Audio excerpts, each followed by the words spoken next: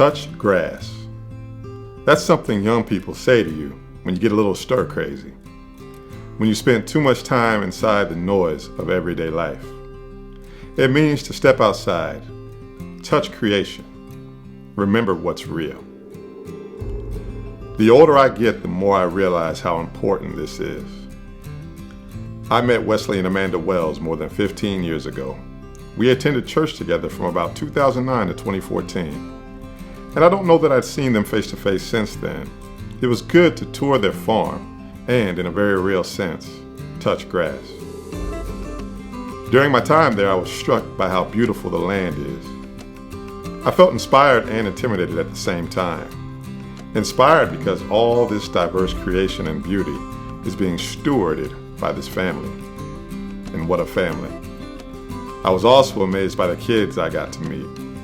I'm sure I'd met some of the older ones all those years ago, but we didn't remember each other. Still, every child or young adult offspring I met was kind, respectful, and hardworking.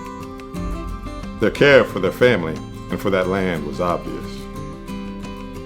I was also reminded of how much work goes into the food that we eat and how disconnected most of us are from that process.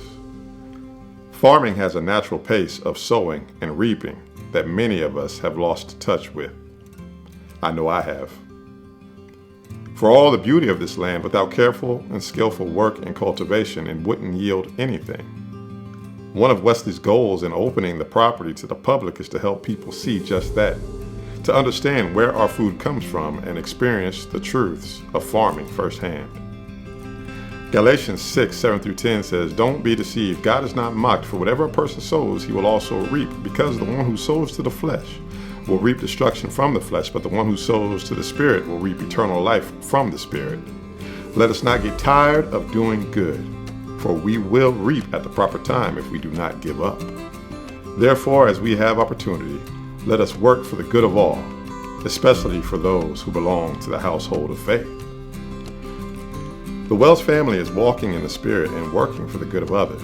Their work, their ministry, is honoring to God. It's a blessing to this community and an inspiration to the household of faith. It's very different from the pace of most of our daily lives. I was grateful to spend a morning remembering the goodness and provision of God. And I'm glad that I got to touch grass. Oh, I see why they call them pigs.